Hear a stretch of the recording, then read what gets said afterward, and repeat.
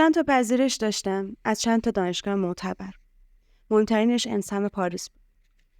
انسم‌ها اکول‌های ملی ممتاز مهندسی هستند که اعتبار خیلی بالایی دارن.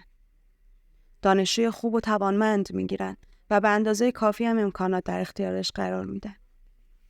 هزار تا فکر و خیال میومد توی سرم و میرفت و ذوقم رو 10 برابر میکرد. خیلی خوشحال بودم که میتونم دانشجوی انسم باشم. چقدر خوبه این سیستم دانشگاهی که برای میزان علم دانشجو و توانمندی‌های علمیش اینقدر ارزش قائله. استادی که قرار بود استاد راهنمای تزم بشه، یه نامه برام فرستاده بود که بیا همدیگر رو ببینیم. اون موقع ساکن شهر توغ بودم.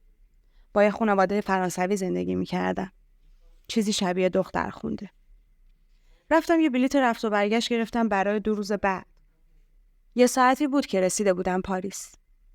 جلوی در انسم بودم. یه بنای خیلی قدیمی و زیبا و اصیل. رفتم تو. چند دقیقه بعد با راهنمایی برگه‌ای که توی بخش پذیرش و نگهبانی داده بودن دستم، رسیدم به دفتر استادی که مدیریت تز من رو قبول کرده بود. یه خانم خیلی خیلی یخ و سرد.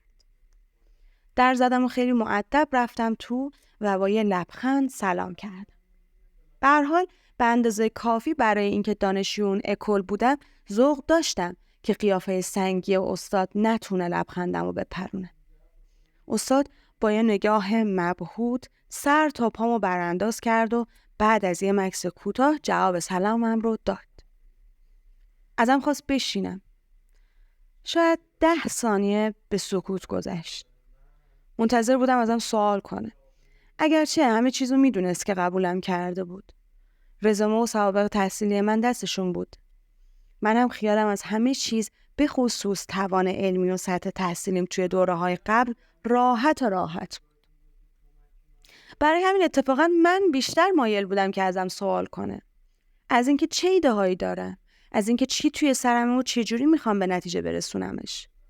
جواب همه‌شو آماده کرده بودم و داشتم فکر میکردم باید از کجا شروع کنم.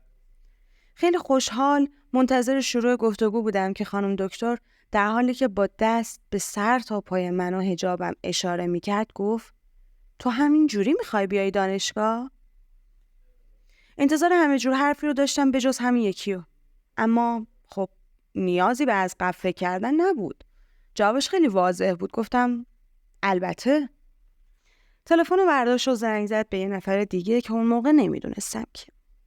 آقایی که قیافش اصلا شبیه فرانسویان نبود، اما ژست و اداهاش چرا. اومد توی اتاق. دستش رو آورد جلو که دست بده. دستامو روی هم گذاشتم و عذرخواهی کردم و توضیح دادم که من مسلمونم و نمیتونم با شما دست بدم. بعدها فهمیدم اون آقا که معاون رئیس اون لابراتوار بود، خودش یه مسلمون مراکشیه. از اون افرادی که اصرار دارن از خود اروپایی‌ها هم اروپایی تر رفتار کنن. آقای یه نگاهی کرد به خانم استاد و با هم از اتاق رفتن بیرون. اما به مدت فقط چند ثانیه. آقای یه جوری بود. خدا رو شکر می‌کردم که اون استادم نیست. استاد اومد تو. بدون اینکه بخواد چیزی درباره من بدونه، گفت فکر نمی‌کنم بتونیم با هم کار کنیم. به خصوص که تو هم می‌خوای اینجوری بیای دانشگاه. غیر ممکنه. اونم توی انسان. توی سرم که تا چند دقیقه قبل پر از هیاهوی حرفای جور و جور بود که او ساکت شد. اما صدای فریاد اعتراض دلم رو میشنیدم. بلند شدم. خیلی سخت بود ولی دوباره بهش لبخند زدم. گفتم ترجیح میدم عقایدم رو حفظ کنم تا مدرک دکترای انسم رو داشته باشم. گفت هر طور میخوای.